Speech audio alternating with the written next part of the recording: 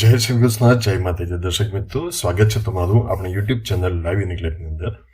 આજે આપણે જોઈશું મિત્રો નૂતન વર્ષ વિશે કે જે હમણાં નજીકમાં જ આવવા જઈ રહ્યું છે 31 ડિસેમ્બર, કે જેને લોકો ખૂબ જ ધામધૂમપૂર્વક મનાવતા હોય છે કે જાણે આપણે સનાતન ધર્મનો એક તહેવાર હોય તે. પણ ખરેખર મિત્રો જો જોવા જઈએ ને તો આપણા દેશની અંદર કુલ 13 પ્રકારના નૂતન વર્ષ મનાવાય છે, જેમાં સંવંત, વર્ષ અને સન આમ એના 3 પ્રકાર છે. જેમાં સંવંતના 7 પ્રકાર છે, વર્ષના 4 પ્રકાર છે અને સનના 2 પ્રકાર છે.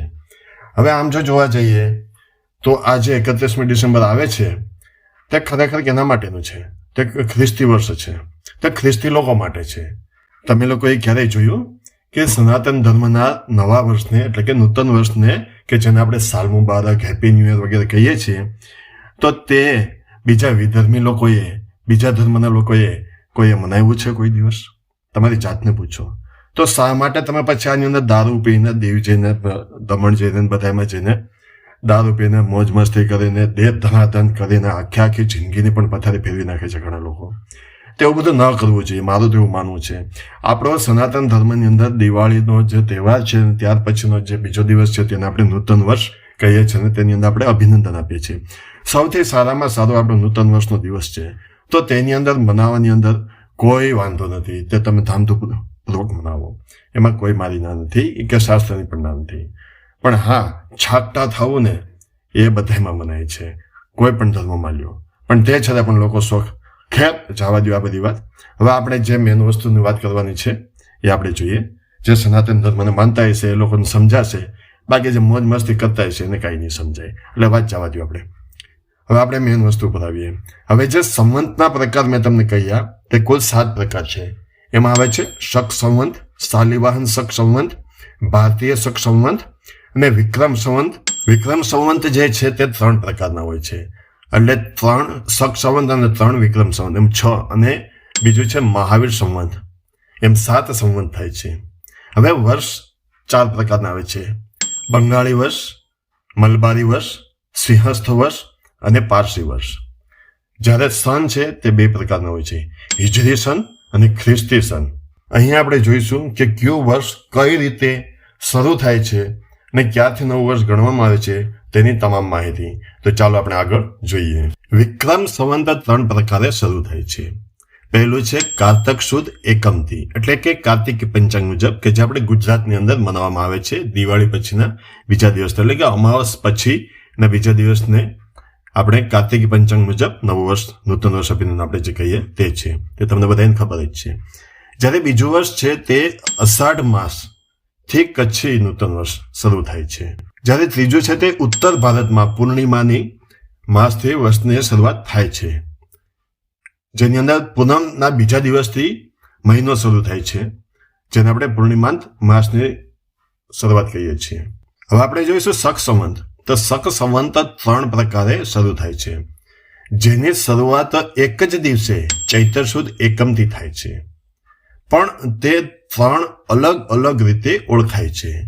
એક ઓળખાય છે શાલિવાહન શક સંવંત, બીજું ઓળખાય છે ભારતીય શક સંવંત ને ત્રીજું શક સંવંત. આ રીતે 3 પ્રકારે શક સંવંત ઓળખાય છે, પણ તે શરૂ થાય છે ફક્ત એક જ દિવસથી, કે જે ચૈત્ર સુદ એકમથી થાય છે. હવે જોઈશું મહાવીર સંવંત, જે જૈન ધર્મનું નવું વર્ષ શરૂ થાય છે કારતક સુધી એકમથી, કે જે આપણે નૂતન વર્ષની સાથોસાથ શરૂ થાય છે. બરાબર? તો મિત્રો આપણે આ જોયા વિક્રમ સંવંતના પ્રકાર. હવે આપણે જોઈશું સન.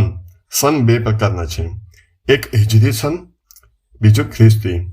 હિજરી સન મોહરમ મહિનાની 1લી તારીખથી શરૂ થાય છે, કે જ્યારે બીજનો ચંદ્ર દેખાય છે. આપણે સનાતન ધર્મમાં જે બીજ આવે છે ત્યારે જે ચંદ્ર હોય છે એના દર્શન કરી ને મોહરમ માસની 1લી તારીખ ગણાય છે, ત્યારથી હિજરી સન ચાલુ થાય છે.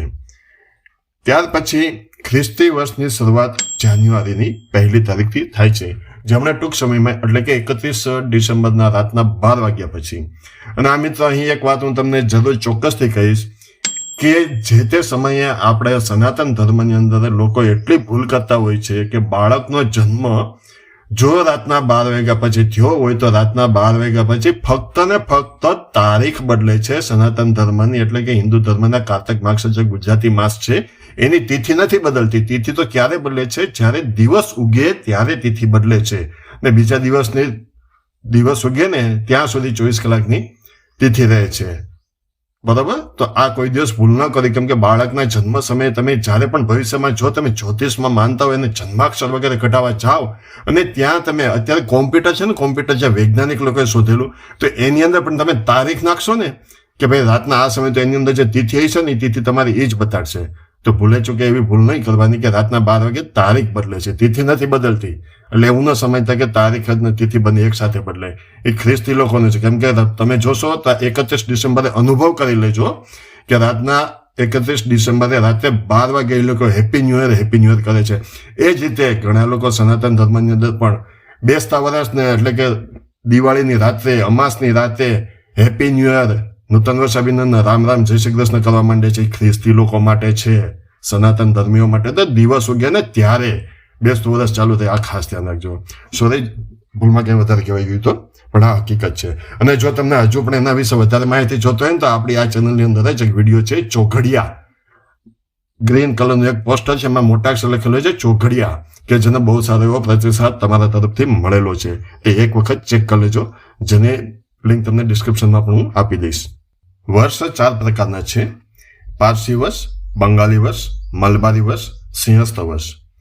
પારસી વર્ષ ફરવર માસથી થાય છે. એટલે કે પારસી લોકોના જે 12 મહિનાના નામ છે તેની અંદર ફરવર માસ આવે છે, ત્યારે તેના પહેલા દિવસથી થાય છે. આ કોઈ અંગ્રેજી મહિનો નથી. બરાબર? ત્યાર પછી બંગાળી વર્ષ વૈશાખ માસથી થાય છે, કે જ્યારે મેષનો સૂર્ય હોય છે. જ્યારે મલબારી વર્ષ ને સિંહસ્થ વર્ષ રાશિનો સૂર્યમાં પ્રવેશથી થાય છે. તો એમાં આપણે જોઈએ તો મલબારી વર્ષ જ્યારે સૂર્ય કન્યા રાશિનો હોય છે ત્યારે નવા વર્ષની શરૂઆત થાય છે, ને સિંહસ્થ વર્ષ જ્યારે સૂર્ય સિંહ રાશિનો હોય છે, જે કોચીન તથા ત્રાવણકોર એરિયામાં નવું વર્ષ મનાવવામાં આવે છે.